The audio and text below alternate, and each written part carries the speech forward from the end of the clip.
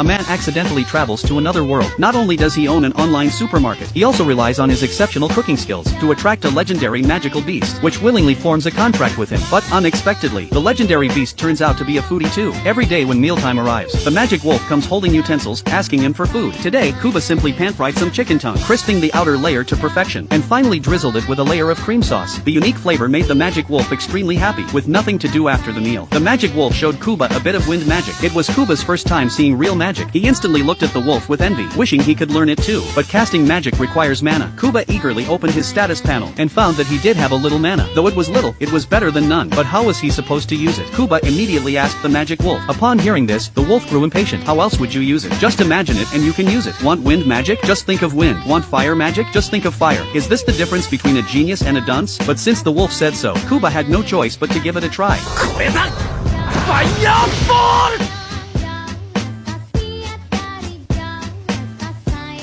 Seeing this, the magic wolf was speechless. It told Kuba, "You must circulate mana within your body." Then it let Kuba experience it himself.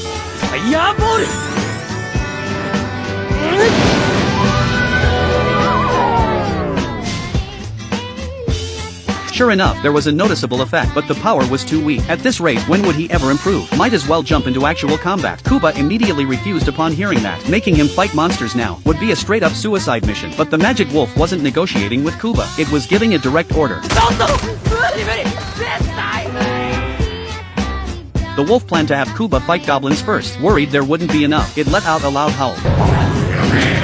Now there was no avoiding the battle, and the wolf left Kuba behind to hunt high-level monsters. There was no other way. Kuba tried throwing fireballs. They were somewhat effective, but right at that moment, something unexpected happened. Kuba tripped over a rock and fell. Just when Kuba thought he was doomed, a protective shield appeared around him. Turns out the wolf secretly cast it before leaving, but this couldn't go on forever, so Kuba decided to go all in. He focused and kept casting fireballs, one after another. Soon he got used to the feeling, and without realizing, he launched a massively powerful fireball. But what he didn't expect was that his mana was completely drained, followed by dizziness and nausea. Luckily, the wolf returned just before he passed out. When Kuba woke up, it was already evening. Thinking back gave him chills, but it was effective. After killing goblins with magic, Kuba's level rose to 3, and he even gained a fire magic skill. With such good news, a gift was naturally in order. The wolf brought back a goblin king with a magic stone inside. Kuba was curious what the goblin king was good for. You couldn't even eat it. The wolf said the meat was inedible, but the magic stone could fetch a good price. With money, you could buy gourmet food from the online store. That black-haired wagyu from before was amazing.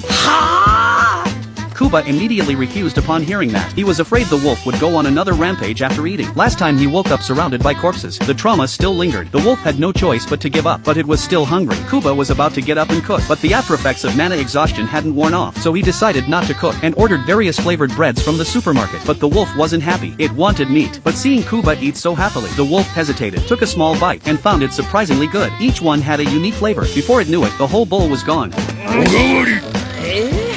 お前甘いのもいけるのかよ。 Kuba worried it might get cavities from eating too much. The wolf scoffed at the idea. It was blessed by the goddess of wind, not just poison and disease. Even abnormal statuses were completely nullified. Kuba was instantly envious. It was already powerful. Now with the goddess's blessing, it was practically invincible. Kuba wished he could have such divine protection too. The next day, Kuba prepared to enter the city with his demon wolf, but was stopped by the guards again. The appearance of the demon wolf frightened the nearby people. Seeing this, Kuba quickly took out his guild card, and patiently explained that this was his contracted magical beast. After confirming it was true, everyone was a bit incredulous. They didn't expect a mere A-rank adventurer could actually tame an A-rank magical creature like a giant wolf. Upon hearing this, the demon wolf immediately became unhappy. Just as it was about to speak, Kuba stopped it in time. Being mistaken for an A-rank creature wasn't a bad thing. It could save a lot of trouble after entering the city, because bringing the demon wolf was too conspicuous. Kuba placed it in a warehouse. He planned to look for a map himself. Kuba then went to a bookstore to see if they sold maps there. The owner said the bookstore didn't carry such items. Then Kuba went to the library, but found nothing even by dusk. When he returned, he found the demon wolf was nearly starving, so he ordered 2 ready-to-eat meals from the supermarket. One was grilled chicken skewers, the other was fried pork cutlet. One bite and the aroma made the demon wolf dazed with delight. After feeding the demon wolf, Kuba began preparing his own dinner. Indeed, a bowl of rice was essential for soul-satisfying food. He dipped the pork cutlet in sauce and buried it in the rice. This way, the cold cutlet would be reheated, and the sauce would soak into the rice. One bite and he couldn't stop eating. それもうまそうだな。まだ食うのか？ネットスーパーの食べ物はあんまり食わせたくないんだけどな。全く足りぬ。